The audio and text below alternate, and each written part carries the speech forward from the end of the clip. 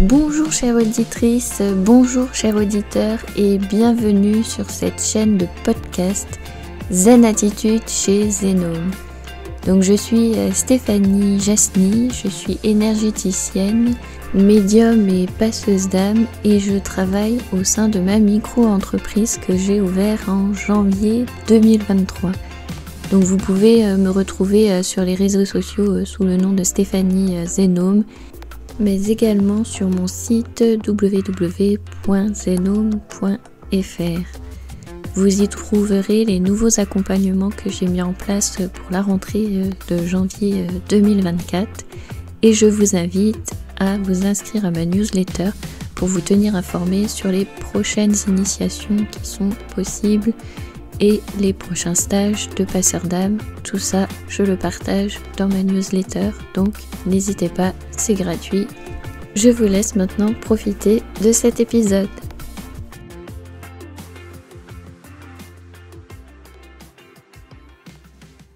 Nous continuons aujourd'hui avec ce chapitre 10, les conditions de la mort dans la vie. Donc dans ce chapitre 7, essaye de nous expliquer que c'est vraiment des conditions que l'on connaît déjà, ce que l'on vivra après en fait quand on ne sera plus une personnalité incarnée, c'est ce que l'on vit déjà en fait dans le sommeil et dans nos rêves. Il nous explique que en fait on sera dans cet état de communication permanent. Donc c'est quelque chose de familier que l'on connaît. Et si on commence déjà un peu à s'y préparer et à adhérer à ce concept, à cette idée, eh bien ça sera beaucoup plus facile, beaucoup plus simple pour nous pour pouvoir s'adapter aux nouvelles conditions. Parce qu'effectivement, dans cette réalité en fait terrestre que l'on considère réalité vraie et unique, on est un petit peu dans l'erreur. C'est erroné ce que l'on pense. On pense qu'il n'y a que cette réalité-là. Or, notre moi en fait nocturne existe aussi. Et en fait, il y a aussi sa vie qui est une continuité dans cette autre dimension, cet autre espace. Seulement nous, ce qu'on se rappelle finalement au réveil, c'est juste quelques images, quelque chose d'assez chaotique, parce que on oublie en fait au final ce que l'on a fait dans cet autre monde et on considère vraiment que c'est juste des rêves, que c'est juste notre mental qui travaille, notre cerveau qui interprète des événements, notre journée, notre réalité.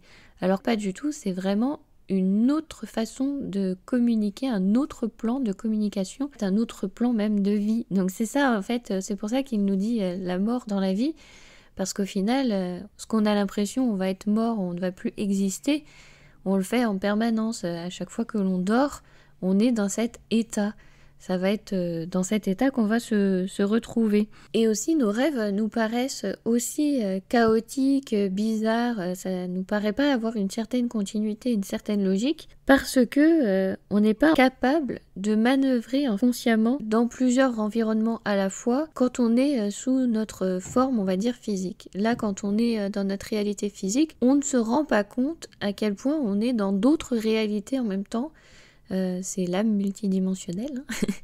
On ne se rend pas compte qu'on est dans d'autres réalités.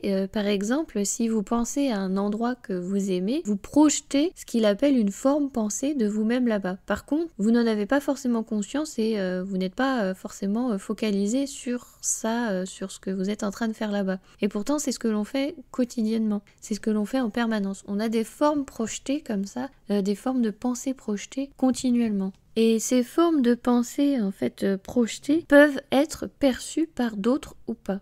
C'est ce qu'on appelle parfois voir des fantômes. C'est comme ça qu'il explique aussi ce fait de voir de temps en temps des apparitions des fantômes. C'est aussi ces formes de pensée projetées par des personnes. Et du coup, donc que ce soit perçu ou pas perçu, en règle générale, donc il appelle ça des constructions secondaires parce que la conscience de la personnalité en fait ne s'y trouve pas. C'est vraiment différent du voyage astral où là les choses sont faites en conscience et demandent un peu plus de complexité, de travail, c'est ce qu'il nous explique dans le livre. Et du coup, toutes ces projections qu'on fait, c'est des choses que l'on fait de façon automatique. À chaque fois, on se projette À chaque fois qu'on a une pensée, une idée, on se projette ailleurs et on peut même le faire dans d'autres dimensions. Ce qui fait que si vous voulez, quand il y a des personnes qui sont d'une autre dimension, d'une autre réalité nous voient, notre apparence peut leur paraître étrange parce qu'ils ne sont pas familiarisés avec notre apparence. Et du coup, ça fait un peu des personnages bizarres, des extraterrestres, on va dire. Vous voyez, ça peut donner cet aspect-là, en fait, rencontre étrange, une apparition étrange qu'on ne comprend pas. Donc, ce qui fait que comme nous, on est capable d'avoir ces formes de projection de pensée ailleurs, il faut imaginer que d'autres ont des formes de projection. Donc, à nous aussi, ça peut nous arriver de voir des choses qu'on ne comprend pas et qu'on ne peut pas définir. On ne peut pas dire, bah voilà, c'est un être humain que j'ai croisé, etc. Alors, même chose, il parle aussi que... il faut éviter, il nous donne des exercices pour travailler ça en fait, de comment on va être dans cet état après la mort et de pouvoir s'y connecter là, maintenant, dans la vie, pouvoir s'y mouvoir et apprendre à fonctionner avec.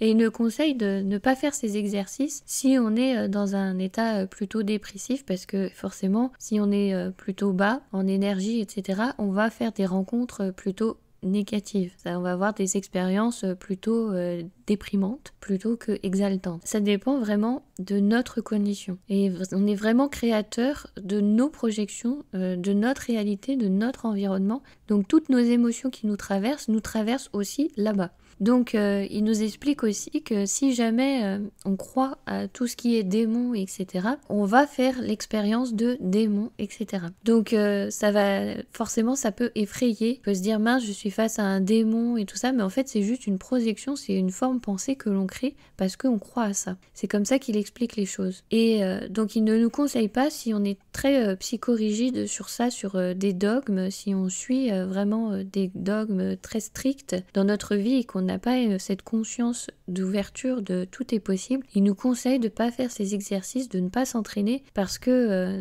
on va faire en fait des mauvaises expériences, qu'on appelle des mauvaises expériences. Au final c'est juste une expérience si on regarde de plus haut, mais on peut en souffrir. Donc voilà aussi pourquoi je ne partagerai pas les exercices qu'il y a dans le livre, parce qu'effectivement c'est pas ouvert à tout public. Donc si vous avez envie de vous lancer dans ces exercices-là, je vous invite à acheter le livre, à les faire pour vous, mais voilà, c'est vous avec vous-même. Je ne vous conseille pas de le faire si vous n'avez pas ce champ de possibilités, de conscience, d'ouverture, de se dire qu'il y a plus, qu'effectivement le monde des rêves est réellement un monde, est réellement un autre plan de communication, est un autre plan de fonctionnement.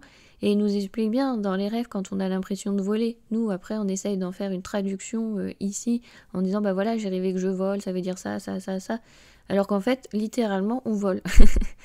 Donc on est vraiment en train de voler dans cet autre plan. On est capable de faire ça. Il faut oublier cet aspect matériel, cet aspect d'espace-temps, cet aspect de limitation que l'on a ici dans le monde terrestre. On est beaucoup, beaucoup plus libre dans cet autre plan de communication. J'aime bien l'appeler comme ça en fait, autre plan de communication.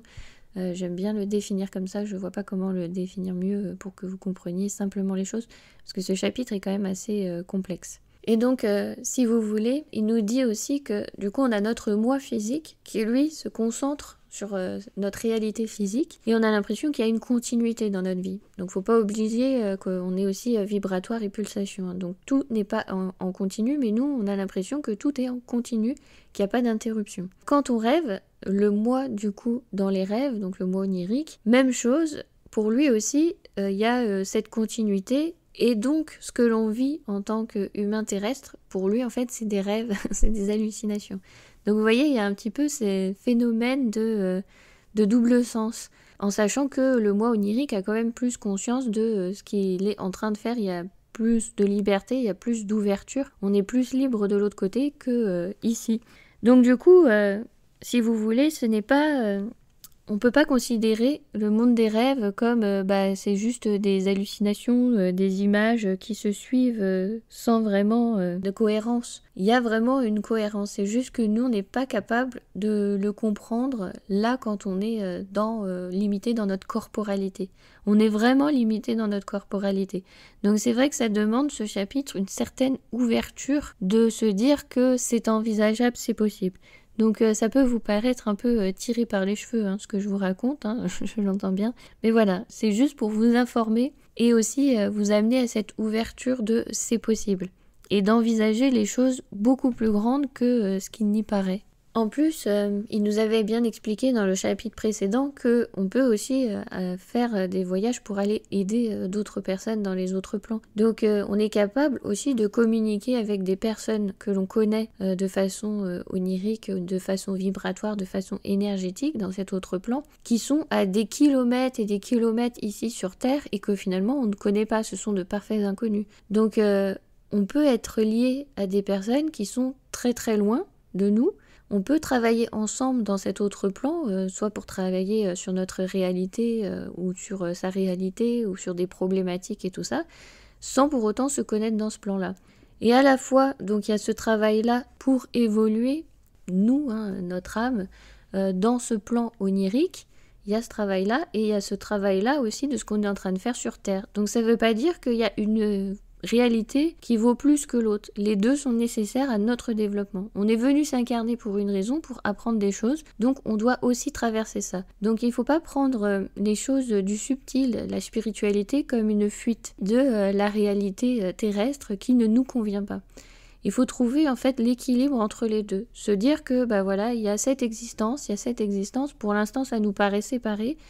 Ça prendra peut-être conscience, forme, logique quelque part, à un certain moment, à un certain niveau. Pour l'instant, peut-être pas. Mais du coup, il ne faut pas fuir une réalité pour une autre. Il ne faut pas se réfugier dans la spiritualité, dans le monde subtil, dans tout ça, dans tout ce que l'on croit, dans tout ce à quoi on croit. Il ne faut pas avoir cette idée de fuite. On est venu s'incarner, c'est important aussi de vivre cette vie terrestre. Donc les deux sont tout autant importants. Donc le corps a aussi besoin de ces temps de repos. Se dire que bah non, moi ça me fait peur de rêver, d'aller dans cet autre plan, etc. Je vais essayer de moins dormir.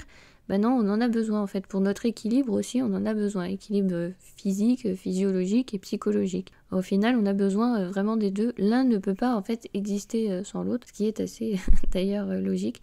Le rêve n'existe pas si on n'a pas de réalité terrestre. Sinon, bah c'est en fait notre état de mort. Alors ce que j'aime bien aussi dans ce chapitre, c'est le passage où il nous parle qu'on peut revivre, rejouer certains événements de notre vie.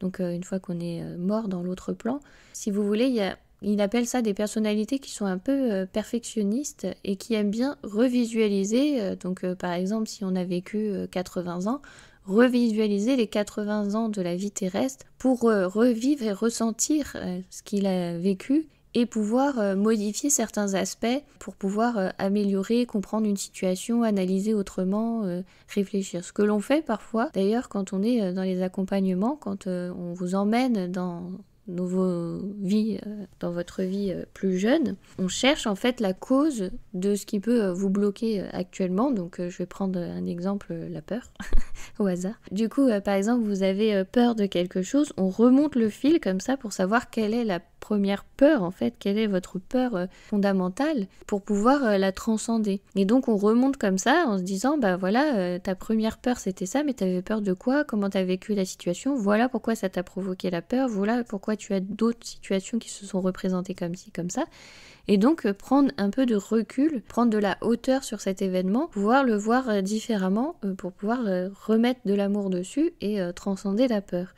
Ben, si vous voulez, c'est la même chose de ce que l'on fait, certaines personnalités font après, une fois mort, c'est de revisualiser en fait les scénarios de sa vie en modifiant certains aspects aussi, hein, c'est possible, pour pouvoir comprendre ce qu'il y avait à comprendre. Si jamais on n'avait pas compris dans la situation là, à l'instant T, si même après on n'avait pas compris dans notre situation terrestre, on peut retravailler ça. Par contre, ça ne change pas, ces événements-là, ça ne change pas la chronologie en fait qu'on a vécu tous ensemble sur Terre. Ça va juste changer la chronologie de la personnalité qui va peut-être améliorer un point. On ne peut pas modifier ce qui a été passé. C'est ce qu'il essaye de nous expliquer. On ne peut pas modifier tout ce que l'on travaille en fait collectivement. Puisque comme là, toutes les personnalités, on s'est accordé à avoir cette terre, à avoir cet espace, ce temps. On s'est mis des barrières, des limitations, mais on est tous en accord pour vivre sur ça. Je vais prendre un exemple pour la gravité. La gravité, c'est une information en fait qui est codifiée, qui nous dit on colle tous à la Terre. Il n'y a pas une personne qui ne se met pas d'accord en disant bah non, moi je ne croirais pas à la gravité. On colle tous à la Terre. On s'est tous accordés à se dire bah voilà, la gravité existe, c'est cette information-là, voilà comment on la traduit, ceci, cela. Toutes les personnalités se sont accordées, on colle tous à la Terre. On décolle pas. Il n'y a pas des personnes qui volent concrètement. Donc, si vous voulez, toute notre réalité est construite comme ça. Il y a aussi cette conscience commune pour pouvoir fonder ce monde qui ait une certaine logique et du coup qui nous paraît une certaine réalité plus valable que ce monde des rêves où en fait on prépare notre réalité. Parce qu'il nous dit aussi que quand on part dans nos rêves, on travaille aussi nos situations problèmes, nos problématiques et tout ça. Et ensuite, on apporte des solutions dans notre vie terrestre. C'est pour ça que souvent on dit la nuit porte conseil.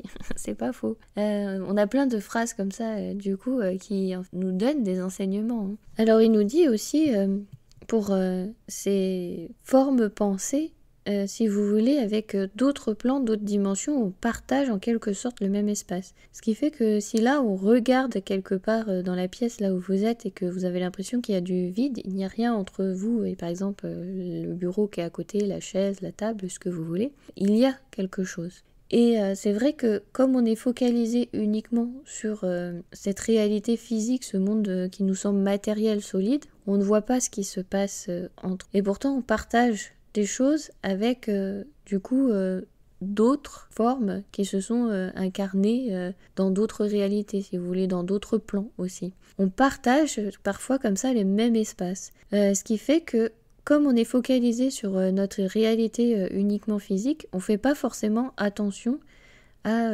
ces personnes qui peuvent venir aussi nous donner des conseils et qui nous parlent. On n'entend pas, et c'est là où justement ils nous demandent d'utiliser en fait nos sens internes de communication pour pouvoir les entendre. Et c'est un petit peu ce que font les médiums. Alors évidemment, on n'est pas perpétuellement en continu connecté au monde du subtil et de l'invisible parce que sinon ça serait un brouhaha sans cesse. On a aussi notre vie terrestre. Mais c'est vrai que si on se focalise sur ce silence, ce vide, on s'aperçoit que c'est pas du silence et ce n'est pas du vide. Donc ça, vous pouvez essayer de tenter, de faire l'expérience et de regarder autour de vous, de vous poser et d'essayer d'entendre ces phrases, ces sons ou de ressentir ce monde subtil. Il l'explique aussi avec, vous savez, les variations de température aussi, où on a l'impression aussi parfois de croiser des courants d'air, etc. En fait, c'est ça, c'est quand on croise ces formes de pensée qui sont projetées, cette autre réalité, tout ça, tout ce subtil. On a toujours l'impression que c'est notre imagination, mais en fait non, il y a vraiment quelque chose d'autre. C'est juste que en fait, on est un peu dans le déni de tout ce qui existe autre. Et dans tout ça, il nous dit que du coup, il nous arrive de vivre des événements, des choses que notre cerveau physique n'a même pas conscience. Déjà, les formes projetées, on n'a pas conscience de ça. On ne se rend pas compte qu'en pensant à un endroit, on est en train de se projeter. Si par exemple, vous pensez à un de vos proches, vous pouvez vous projeter auprès de lui, alors que vous n'y êtes pas. Et lui, s'il utilise ses sens internes de communication, il peut vous percevoir, il peut vous sentir. Et c'est en ça aussi où le travail énergétique, ce que je fais, les soins énergétiques, c'est en ça aussi où ça fonctionne. Parce qu'on n'est pas limité dans l'espace et dans le temps. Si moi je pense à envoyer de l'amour à quelqu'un à distance, cette personne recevra cet amour. Si elle est un peu sensible, elle va en plus le ressentir, elle va m'appeler, elle va me dire j'ai ressenti que tu m'as envoyé de l'amour. Donc voilà, ça fonctionne. Bon, ça fonctionne à distance. On est vraiment dans le monde physique, toujours limité, on se met vraiment des barrières, alors qu'en fait il n'y a pas tout ça. Et tout ce chapitre, si vous voulez, nous explique un peu tout ça. C'est simplement pour nous rassurer sur cet état de mort, pour nous dire que finalement ce n'est pas un milieu qui nous sera inconnu, où on doit avoir peur, puisque c'est un milieu familier que l'on côtoie en permanence. On le côtoie dans tous nos rêves et tout ça, et tout ce qu'on fait, qu'on n'a pas conscience, on le fait déjà, le fait de se projeter comme ça, le fait d'évoluer dans un environnement différent avec ses modes de communication plutôt télépathiques, de ne plus avoir de corporalité, d'être plus libre, de pouvoir se déplacer à l'instant T où on veut, etc. C'est d'ailleurs pour ça aussi que parfois nos rêves nous paraissent chaotiques, parce qu'on est ballotté d'un environnement à un autre, on se dit bah ça n'a pas de sens, j'étais là, ensuite je suis là, j'étais sur la plage, je suis dans la jungle, ça n'a aucun sens mon rêve. mais en fait vous étiez vraiment sur la plage et ensuite dans la jungle. Ça a un sens parce qu'il n'y a pas ces notions de temps, de distance et on n'est pas limité. Et dans tout ça, vous voyez, je me pose la question, comme nous sommes là incarnés sur cette terre et que notre conscience a cette possibilité de pouvoir revenir en arrière pour pouvoir réanalyser les aspects de sa vie et pouvoir en modifier certaines choses, certains aspects pour s'améliorer, je me demande aussi si nous ne sommes pas en fait cette projection de cette conscience qui est simplement en train de changer des événements. Moi j'ai l'impression de vivre quelque chose, d'exister, d'avoir une existence réelle, mais si ça se trouve je suis juste le fruit de ma conscience qui est en train de repenser à sa vie, de revivre les événements pour pouvoir les modifier et les améliorer. Si vous voulez, ce travail-là, c'est pas plus non réel et hallucinatoire qu'autre chose. C'est un travail psychique de concentration qui demande pas mal de travail du côté de la conscience, mais au final, on n'a pas plus de validité, de réalité qu'autre chose. Je ne sais pas si c'est clair ce que j'essaye de vous dire. Ce que je veux dire, c'est que notre réalité là, physique, n'a pas plus d'importance que notre réalité non physique. Il n'y a pas l'un qui prévaut sur l'autre et l'autre n'est pas plus imaginatoire que l'autre. Il n'y a pas plus de validité à donner à l'un ou à l'autre. Tout est réel et tout se vit. J'espère que c'est plus clair dit comme ça. Alors pour revenir un peu sur ces fantômes qui peuvent venir communiquer avec nous, à savoir que comme ils sont comme nous en fait sur ces formes de pensée projetées, ils n'ont pas forcément conscience qu'ils sont en train d'interférer dans votre vie. Donc c'est vrai que du coup faut relativiser en se disant ah ben j'ai un fantôme, c'est une mauvaise entité, il me veut forcément du mal, etc. Ça peut être une personne qui est simplement une forme projetée d'elle-même vers vous. Et du coup quand ils essayent de communiquer, ils le font par télépathie si jamais eux-mêmes se rendent compte qu'ils sont en train de se projeter. C'est ce que je vous expliquais par exemple quand j'envoie de l'amour à quelqu'un, je suis consciente que je suis en train de projeter en fait une partie de moi-même remplie d'amour à cette personne. Donc ça j'en suis consciente. Donc si vous voulez, c'est comme si que je communiquais à ce moment-là par télépathie pour dire tiens je t'envoie de l'amour et la personne le reçoit et l'entend si elle est ok d'ailleurs ouverte à ça. Et donc quand un fantôme donc veut nous contacter, ces formes de projection pensée, c'est par télépathie. Et si vous voulez, vous après, vous pouvez aussi lui donner la forme que vous voulez.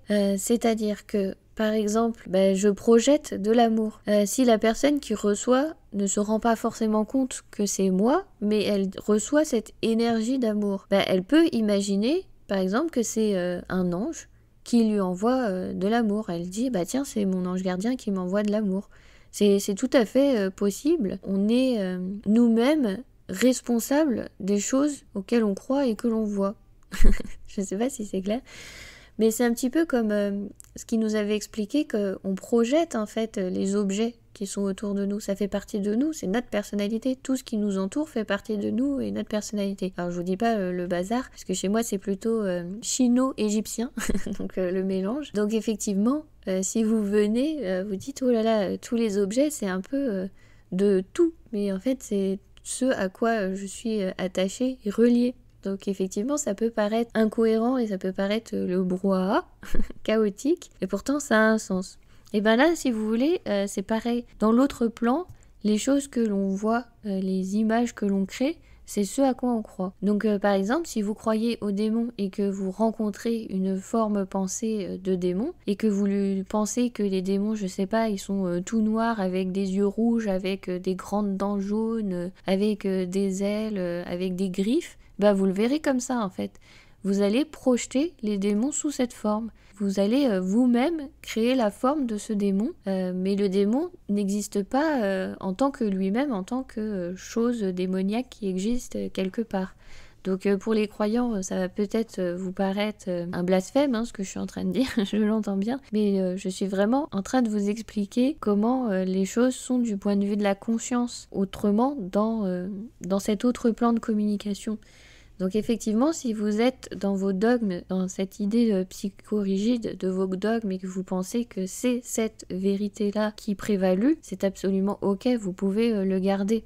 Je n'irai pas en contradiction en vous disant ce que vous pensez c'est faux, puisqu'on a dit de toute façon on est là pour apprendre et nous allons expérimenter que ce à quoi on croit et on adhère, et en même temps plus on ouvre au champ de tout possible, plus on va expérimenter des formes de tout possible. Et pour revenir sur cette histoire de démon, donc si jamais on tombe sur cette forme pensée de démon qui appartient à quelqu'un d'autre, qui imagine donc ce démon que je vous disais avec les yeux rouges, machin, vous allez vous rendre compte que finalement c'est une forme projetée, il ne vous veut pas de mal. Si vous n'en avez pas peur et tout, finalement vous verrez que c'est quelque chose d'inoffensif qui ne fera que passer, comme toutes les formes projetées de pensée que l'on fait, comme quand on se projette. Donc effectivement, quand on envoie de l'amour comme ça, on se dit « Ah bah c'est cool forcément on a envie de le recevoir ». Effectivement, si quelqu'un nous envoie de la haine, bah ça va fonctionner comme ça.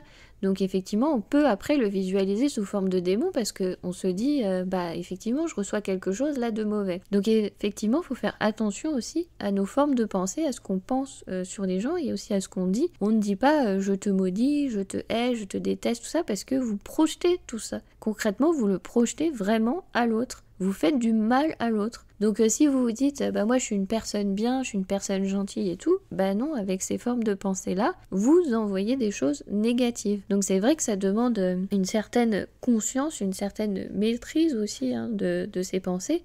Donc ça peut nous traverser, parfois on peut être en colère contre quelqu'un, donc ça peut nous traverser, mais il faut tout de suite essayer de poser le mental et de se dire bah non, je ne veux pas en fait de mal à la personne. Mon but dans ma vie c'est de faire le bien, c'est plutôt d'œuvrer pour le bien-être des autres, donc je ne souhaite pas envoyer ces formes de pensée et tout ça, et en fait c'est à nous-mêmes de pouvoir maîtriser et calmer nos pensées pour éviter ce genre d'événements. Mais voilà ce qui peut vous arriver quand vous êtes à la rencontre de un démon, parce que je n'avais pas cette croyance en plus des démons, parce que tout ce que j'ai expérimenté dans les autres plans, je n'ai pas ces démons qui viennent pour attaquer. Et pourtant j'ai traversé, j'ai travaillé aussi des endroits très sombres, je vous l'avais dit, j'ai traversé des endroits très sombres, très étranges, qui sont même parfois un peu effrayants, parce que la première fois qu'on y va, c'est quand même un peu effrayant. Je me dis, oh là là, mais et on ressent tout ce mal, toute cette haine, cette colère, cette souffrance, cette douleur, on le ressent aussi, ça nous traverse, on n'est pas perméable à toutes ces sensations. Mais je ne ressens pas cette idée de, quelque part, le mal absolu qui veut tout détruire. On est plutôt créateur, on est plutôt des êtres de lumière, plutôt des êtres divins de bienveillance, et c'est notre expérimentation qu'on fait sur Terre qui justement nous rend, on va dire, un peu moins bon. Et c'est ce qu'on est venu expérimenter, et c'est ce qu'on est venu recevoir, c'est ce qu'on est venu transmettre aussi. Si on regarde notre société, c'est la pensée collective qui crée notre société, donc si on en est là à avoir des guerres, etc., c'est qu'on le souhaite, quelque part, même si on veut œuvrer pour la paix, on a quand même cet équilibre fragile. On se demande à combien de personnes il faudrait qui œuvrent pour la paix pour pouvoir faire basculer les choses. Mais voilà, se rendre compte que ça vient vraiment de nous, à l'intérieur de soi. Donc si vous êtes confronté à ce genre de choses, ce genre de démons, etc., je sais que ça va choquer ceux qui sont croyants et qui sont dans les dogmes et qui pratiquent du coup les exorcismes, tout ça, et ils vont dire mais non, mais sinon je pourrais pas faire mon travail. Donc effectivement, mais à savoir que oui, c'est plus des projections que nous on fait. Et je m'étais posé la question d'ailleurs si c'était pas des égrégores que l'on crée, comme tout ce qui est ange, maître ascensionné, etc. Mais finalement c'est ça, c'est des formes pensées que l'on se crée, que l'on s'imagine si vous voulez. Donc du coup, quand on a des guides, des maîtres ascensionnés effectivement qui veulent communiquer avec nous, ils prennent cette forme-là pour être compris par nous, et nous-mêmes nous leur donnons cette forme-là pour pouvoir les comprendre. On s'accorde, si vous voulez, encore une fois, pour prendre la forme, pour rendre cette apparence, pour être compréhensible. Tout ce qui est au-dessus de nous, qui communique avec nous, est obligé de s'adapter à notre vocabulaire, à à quoi on croit, pour pouvoir communiquer avec nous. Si on ne croit pas aux démons, voilà, si on ne croit pas aux démons, ils peuvent pas prendre cette apparence pour pouvoir communiquer avec nous, parce qu'on sait qu'on va être perméable et qu'on va être imperméable, pardon, et qu'on va dire bah non, ça n'existe pas, donc tu peux pas communiquer avec moi sous cette forme-là. Je sais très bien que c'est pas réel. Alors que effectivement, si on croit aux maîtres ascensionnés, aux anges, aux licornes, aux dragons, etc., au hasard les dragons, eh bien forcément ils peuvent prendre cette apparence pour pouvoir communiquer avec nous. Et donc c'est ce que j'explique aussi dans le chamanisme, c'est que les animaux n'ont pas cette forme animale dans l'autre plan. C'est juste qu'ils prennent ces caractéristiques-là pour pouvoir être compris sur le message qu'ils veulent nous insuffler. Et c'est comme ça que ça fonctionne en fait. On s'accorde toujours à avoir, si vous voulez, la même convention de vocabulaire sous forme d'image pour être compréhensible, parce qu'on n'a pas le même langage. Nous, on utilise le langage oral, on utilise cette forme matérielle terrestre. Eux, ils sont dans un autre plan, ils n'utilisent pas cette forme-là. Donc, il y a ce processus d'adaptation pour pouvoir communiquer avec nous. Et donc, tout ça, donc j'ai un peu extrapolé, je suis un peu partie loin. J'espère que c'est assez cohérent, que mes idées sont assez logiques. Pour vous dire que la mort, c'est un état de la vie. On va se rendre compte qu'après, finalement, on est plus libre, on est plus vivant que ce que l'on croit là actuellement. On est tellement focalisé sur cette réalité physique en se disant c'est cette seule possibilité, cette seule réalité qui prévalue, qu'on a parfois peur de ce qui nous attend après, alors que finalement c'est un endroit familier qu'on connaît, c'est chez nous. Et c'est vrai que je peux en témoigner, comme je me rappelle de ma naissance, petite, c'était une souffrance, une douleur d'être sur Terre. Je voulais en fait rentrer à la maison, je voulais être chez moi. J'avais l'impression que être sur Terre, c'était une punition qu'on m'avait envoyée là.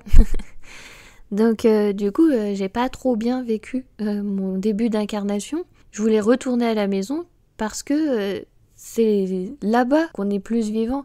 Et c'est là-bas où on est plus connecté à cet amour divin, que tout est possible, à cet absolu, alors qu'ici, finalement, on est un peu limité. Bon, maintenant j'ai compris que si je suis venue là, c'est que j'avais fait ce choix.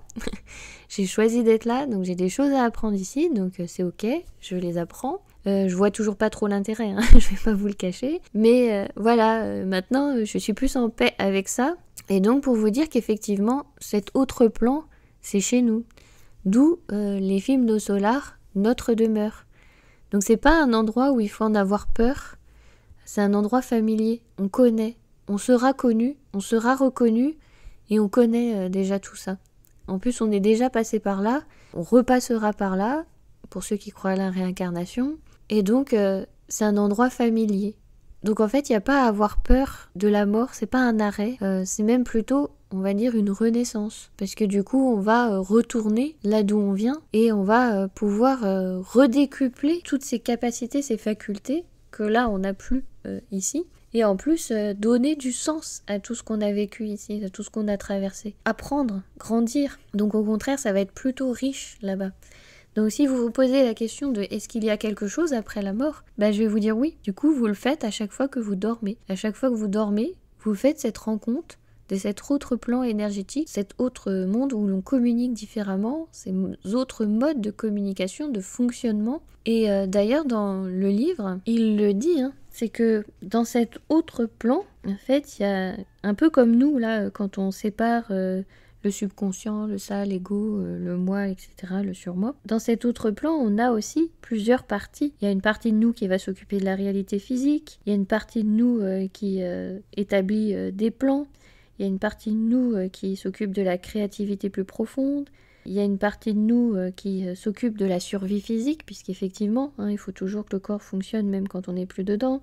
Il y a une autre partie de nous qui s'occupe de communiquer avec les éléments de la personnalité qui sont encore plus profonds, qu'on ne connaît pas. Il y a aussi une partie de nous qui s'occupe des expériences que l'on va vivre, continue de modeler en fait nos expériences et notre réalité. Une partie de nous qui est connectée à notre moi multidimensionnel véritable pour pouvoir avoir les informations, etc., ce qu'on appelle l'âme. Donc si vous voulez, il y a toutes ces parties de nous qui existent dans cet autre plan. Donc vous voyez, on n'est pas limité à juste je suis cette personnalité. C'est beaucoup plus large que ça, et en plus dans l'autre plan, on prend conscience du fait qu'on est à plusieurs endroits en même temps. Donc voilà, c'est un endroit connu, c'est chez nous.